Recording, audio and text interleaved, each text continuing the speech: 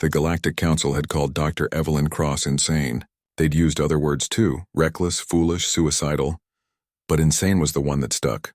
Standing now in the reinforced observation chamber of Research Station Theta 9, watching 12 apex predators the size of shuttlecraft wrestle over a synthetic ball, she couldn't help but smile at the memory.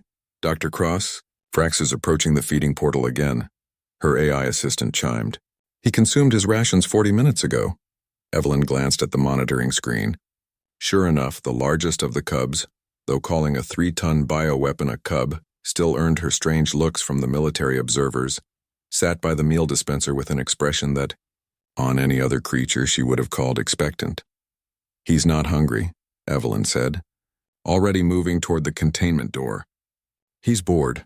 Her assistant's holographic form flickered with what she'd learned to interpret as concern. I must remind you that Subject Vrax 7 has recorded the highest aggression index of all specimens. His genetic coding includes DNA from 18 different apex predators across 7 systems. Protocol dictates. Protocol can wait. Evelyn keyed in her override code, the one that made 3 different alarms start screaming across the station. She silenced them with practiced efficiency. I'll be back in 20 minutes. The containment door hissed open, and Evelyn stepped into what the military designers had called a battle arena. 20 meters high, reinforced durasteel walls, automated defense turrets in every corner, all of it designed to contain creatures that could tear through a standard warship's hull plating. The cubs noticed her immediately. All 12 massive heads turned in unison, eyes that glowed with bioluminescent intensity fixed on her small frame. For a moment, everything went still. Then Vrax moved.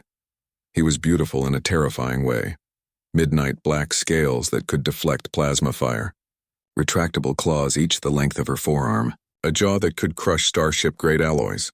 The Korthian Empire had spent 5 years and countless resources engineering him and his siblings into perfect soldiers.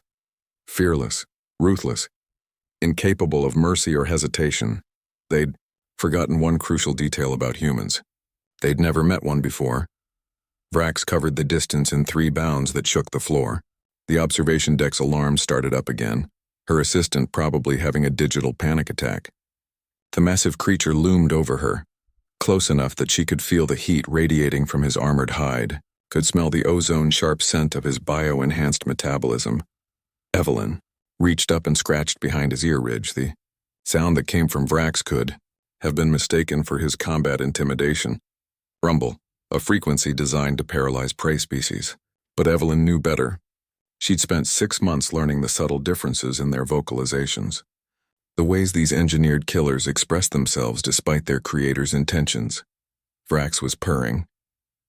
"There's my good boy," she murmured, finding the spot under his jaw that made his rear leg start thumping. "Were you lonely?" "Of course you were." Behind Vrax, the others began to line up. It was almost comical. These weapons of mass destruction forming an orderly queue like schoolchildren waiting for lunch. Except they weren't waiting for food. They were waiting for her. Kessa pushed forward next, the only female in the group, her silver-gray scales catching the harsh overhead lights.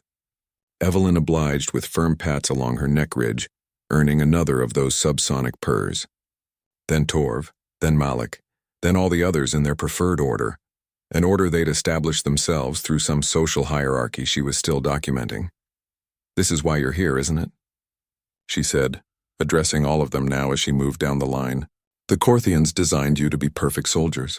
No pack bonding, no emotional attachment, no weakness, but they engineered you from social predators and expected you to have no social needs." She shook her head. "Idiots." Her assistant's voice crackled through the speakers.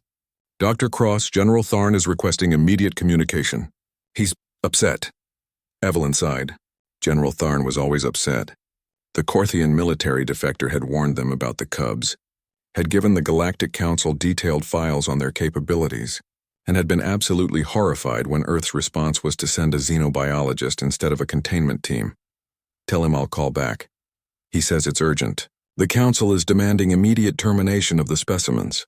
They've reviewed your reports and believe your methods are, quote, compromising their containment integrity." Evelyn's hand stilled on Vrax's scales. The massive creature noticed immediately, tilting his head in concern. The others stopped their contented rumbling, suddenly alert. They want to kill them? Evelyn's voice was quiet, but there was steel in it now. The Council believes weapons this powerful cannot be reliably controlled through.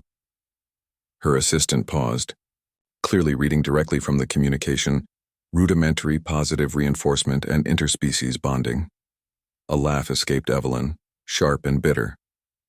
Can't be controlled. Look at them! She gestured to the cubs, these engineered nightmares, these weapons designed to tear apart battle fleets. They were sitting, waiting, watching her with intelligent eyes that held not menace but trust. You know what the Council's problem is? Evelyn said, scratching under Vrax's chin as he leaned into her touch with enough force to knock over a grown Corthian. They're so used to controlling through fear that they can't recognize loyalty when they see it. Vrax rumbled, and the others joined in. A chorus of sounds that registered as threat displays on every monitoring device in the station, but that Evelyn heard for what they truly were. Contentment, trust, belonging. Tell General Tharn I'll take his call, Evelyn said finally, and tell him to inform the Council that if they want these cubs, they'll have to go through me first.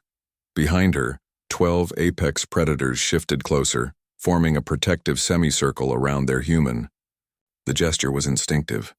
Automatic, a pack protecting its own. The Corthians had engineered them to be unkillable.